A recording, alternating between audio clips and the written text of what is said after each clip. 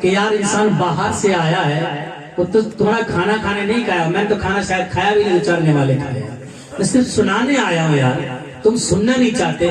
آنکھ جلا کے آگ سے اتنی محبت ہے, پھر دعا کرتے کہ اللہ آگ ہی دیتے تمہیں, حد کر دیا. ہر انسان پڑا مانگتا ہے مولا جہنم کی آگ سے بچا لے, جہنم کی آگ سے بچا لے. وہ بیلا چھوڑ کے آگ کے پاس جا کے بیٹھ گئے, اتنی سردی ستا رہی ہے کہ 3 گھنٹے 4 گھنٹے موٹر سائیکل سفر کیا, سردی تو ہم کو لگنا چاہیے. تعجب کی بات ہے. لیکن ایک بات میں آپ کو بتا دوں, یہاں سب نہیں بیٹھتے اور یہاں سب بیٹھ ہی نہیں سکتے. یہاں وہ بیٹھتے ہیں جنہیں مدینے والے مصطفیٰ بٹھایا ہے. سبحان اللہ سبحان اللہ. مقدر کے سکندر ہو تم کہ تمہیں میرے آقا صلی اللہ تعالیٰ علیہ وسلم پسند فرمایا ہے. سبحان اللہ. ان کی محفل میں آپ بیٹھے ہو. یاد رکھو نبی کے غلام, حدیث پاک سنو, علماء کی خدمت کیا کرو, اماموں سے پیار کیا کرو, اماموں سے محبت کیا کرو. آج برکتیں گھر میں نہیں ہو رہی ہیں, رحمتیں گھر میں نہیں ہو رہی ہیں. مفتی مشرف رحمت اللہ علیہ کے پاس ایک انسان گیا, جانے کے بعد کا حضرت کماتے بہت ہے لیکن برکت نہیں ہوتی ہے, پیسہ پتہ ہی نہیں چلتا کہاں سے آتا ہے کہاں چلا جاتا ہے. آپ نے فرمایا مسجد ہے, کہاں جی حضور مسجد تو ہے, کہیں امام رہتا ہے, کہاں امام بھی رہتا ہے. کبھی مسجد کے امام کو گھر بلا کے دعوت کی ہے کہ حضور نہیں بھائی کھانا پہنچا دیتے ہیں. آپ فرماتے امام کی دعوت کرنا, اپنے گھر میں اپنے دسترخوان پہ اپنے ساتھ بٹھا کے امام کو کھلانا. وہ انسان آ گیا تعویذ لینے تھا, پیر صاحب نے یہ فرما دیا ایسا ایسا کرنا. وہ پلٹ کے آیا, امام صاحب کی اس نے دعوت کی, اپنے ساتھ اپنے گھر میں اپنے دسترخوان پہ امام کو کھلایا. 1 دن گزرا, 2 دن گزرے, اسی طریقے سے مسلسل جب مہینے گزرنے لگے, ایک دن اس سے پوچھا گیا بولو حال کیا ہے. اس نے کہا یار بڑی برکت ہو رہی ہے, پہلے برکت ہو نہیں رہی تھی اب برکت جا نہیں رہی ہے, بہت مزے میں دن کٹ رہے ہیں. پوچھا پیر صاحب بات سمجھ میں نہیں آئی. امام کو بلایا تو کیا ہوا, پیر نے ارشاد فرمایا کہ جب یہ مسجد کا امام تیرے گھر میں آیا تو اس کے قدموں کی برکت سے اللہ نے تیرے گھر کی تمام نحوستیں, تمام بیماریاں, تمام پریشانیوں کو دور فرما دیا ہے, اور اللہ نے اپنی رحمتوں کا نزول فرسانا شروع فرما دیا ہے. سبحان اللہ سبحان اللہ. ساتھ میں کھلا لیا کرو کبھی ساتھ میں. اور ایک اور چیز ہے, آج ہمارے گھروں کا ماحول ایک اور ہے. تم نے دیکھا ہوگا نیا مکان بنتا ہے تو دوڑ کے جاتے ہیں دکان, امام صاحب میں نے دکان کھولی ہے, میرے پاس بھی بہت آتے, امام صاحب ہم نے دکان کھولی, تعویذ ایسا دے تو برکت ہی برکت ہو جائے. اب بھائی امام کو تو اناج لینا ہے, تو دینا ہے, اس نے دے دیا, اس نے لگا دیا. اب دیکھو چوکٹ پہ تعویذ, دائیں تعویذ بائیں تعویذ, ادھر تعویذ, مکان میں اینٹیں کم, اس بچے کے تعویذ, بڑے کے تعویذ, مجلے کے تعویذ, سجلے کے تعویذ, بہو کے تعویذ, تعویذوں سے رنگ دیا پورا کنبہ. یہ فلانے مزار کی چادر ہے, یہ فلانے مزار کی چادر ہے, پورا ہرا ہرا گلا کر دیا. مکان میں تعویذ ہی تعویذ, پھر بھی برکت نہیں. پتہ ہے کیوں نہیں ہے؟ میں اس کے خلاف نہیں ہوں, تعویذ نہ پہنو, دعا دوائی تو سنت ہے کرو, لیکن یہ نہیں برکت کیوں نہیں ہے وہ سمجھو. کماتے بھی یہ پھر بھی برکت کیوں نہیں ہے, محنت بھی کرتے پھر بھی برکت کیوں نہیں ہے, اتنا محنت کرتے اس کے باوجود بھی ہمارے گھروں میں رحمتیں کیوں نہیں آتی. بتا دیا جائے, بولو بتاؤ. کرسی والے نہیں بولنے یار, پیچھے والے تو ایسے بیٹھے جیسے ہم گودی بن گئے, ہم بولیں گے. تم بھی اپنے من کی بات کرو یار, بولو زور سے سبحان اللہ. اللہ کا شکر ہے یار, ہمیں اللہ نے کرسی عطا, اور ہمیں وہ کرسی نہیں چاہیے یار جسے دنیا جھگڑتی ہے یار. ہمیں تو اللہ نے وہ کرسی عطا فرمائی ہے کہ جس کرسی سے میرے نبی کے دین کی تبلیغ ہے. بے شک سبحان اللہ. اور کرسی تو میرے خواجہ کے گھر کی کنیز ہے, جسے چاہیں اسے کرسی پہ بٹھا دیں اور جسے چاہیں اٹھا کے پٹک دیں, ہے کہ نہیں ہے؟ ان کے کرم کے, بولو ان کے کرم کے سب ہے بیکاری, کیا راجا مہاراجا ہے, کیا راجا مہاراجا ہے. ان کے کرم کے سب ہے بیکاری, کیا راجا مہاراجا ہے, کیا راجا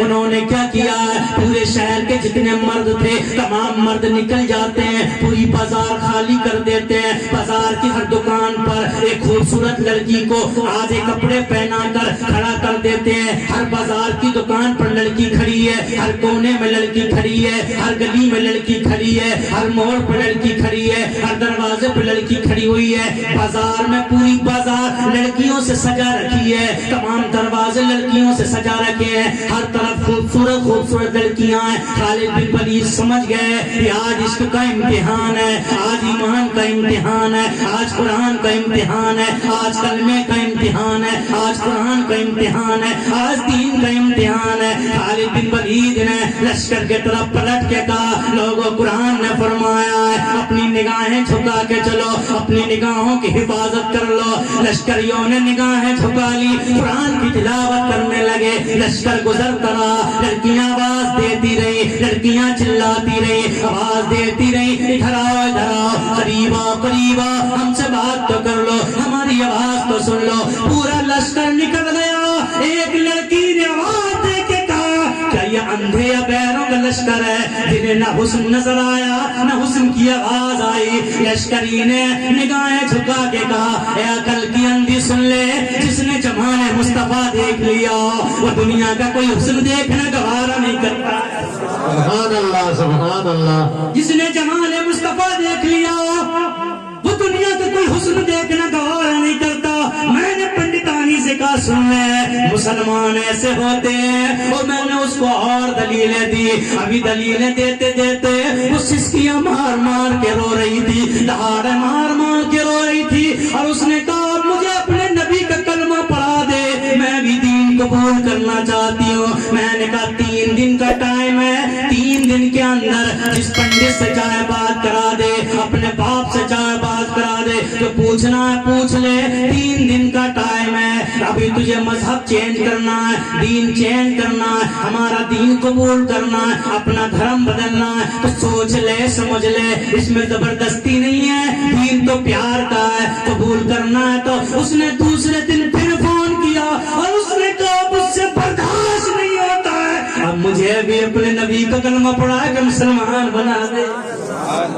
میں نے کہا جب غسل کر کے آ, وہ جاتی ہے غسل کر کے آتی ہے. میں نے ایک مسلمان بیٹی سے کہا جو ہاسپٹل میں ڈاکٹر تھی, میں نے کہا بیٹی اس کو وضو بنا دے. اس کو وضو بنوایا گیا اور میں نے اسے کلمہ پڑھایا. پڑھانے کے بعد مسلمان ہو گئی. اس کے 2 بچے تھے, ان دونوں بچوں کو بھی اس نے مسلمان بنا لیا. اس کے بعد اس نے اپنے شوہر سے کہا, کیا میں نے اسلام قبول کر لیا ہے, اگر تم مجھ سے رشتہ رکھنا چاہتے ہو تو اسلام قبول کر لو, ورنہ سے میرا تمہارا کوئی رشتہ نہیں ہے. اس کا شوہر بھی آیا. آنے کے بعد اس نے بات کی تو میں نے کہا, میں تجھے فون پہ کلمہ نہیں پڑھاؤں, تو اپنے مسجد میں جا, محلے کی مسجد میں, تاکہ پتہ بھی تو چلے. محلے کی مسجد میں گیا, امام صاحب کے پاس کلمہ پڑھایا. وہ پنڈتانی نے کہا, اس کا نام میں نے فاطمہ رکھ دیا. اس نے کہا, مولوی صاحب میرے شوہر کا نام بھی رکھ دو. میں نے کہا اپنے شوہر کا نام عبد القادر رکھ دے. اس نے کہا نہیں نہیں, میں اپنے شوہر کا نام عبد القادر نہیں, میں اپنے شوہر کا نام عبد القیوم رکھوں گی, تاکہ مجھے زندگی بھر یاد رہے کہ عبد القیوم نام کا ایک مولوی تھا جس نے مجھے کلمہ پڑھا کے نبی کی غلامی عطا فرمائی. پورا گھر, باپ نے بتیرے زور لگائے, ماں نے بتیرا کہا کہ مان جا لیکن نہیں مانی. کلمہ پڑھ لیا اور کلمہ بھی ایسا پڑھا. میں نے فاطمہ الزہرا کی اسے تاریخ بتائی. میری فاطمہ الزہرا وہ تھی, فاطمہ الزہرا نبی کی شہزادی وہ تھی کہ ایک دن میرے نبی کے پاس ایک اعرابی آتے ہیں. آنے کے بعد کہتے ہیں, یا رسول اللہ بڑا غریب ہوں, مجھے کھانے کے لیے کچھ دے دو. میرے نبی فرماتے ہیں, بلال اس کو لے جا.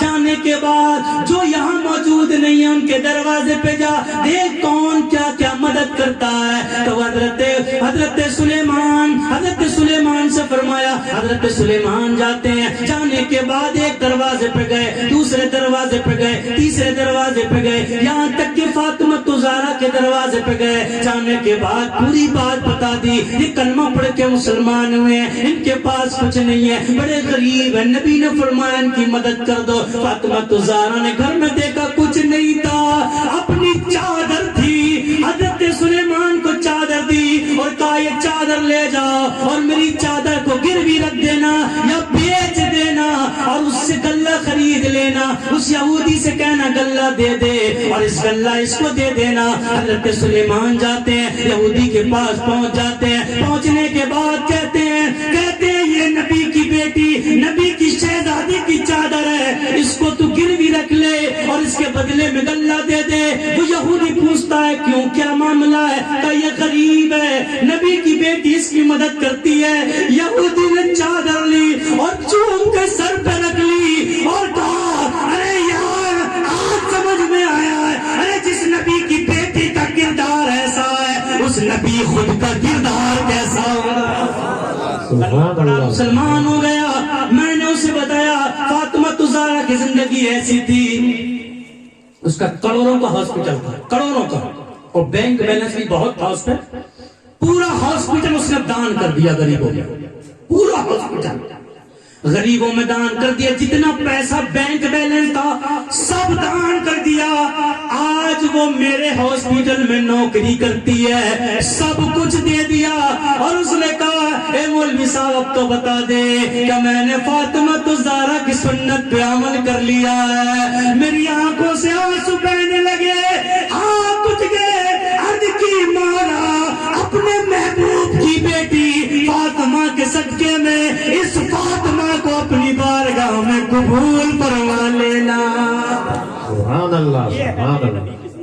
لوگوں سمجھو, سمجھاؤ, پڑھو, پڑھاؤ, خالی اسی سے کام نہیں چلے گا. ہاں ختم کر لیں کیا, تھکے تو نہیں ہو؟ دن نکلے بولو سبحان اللہ بولو.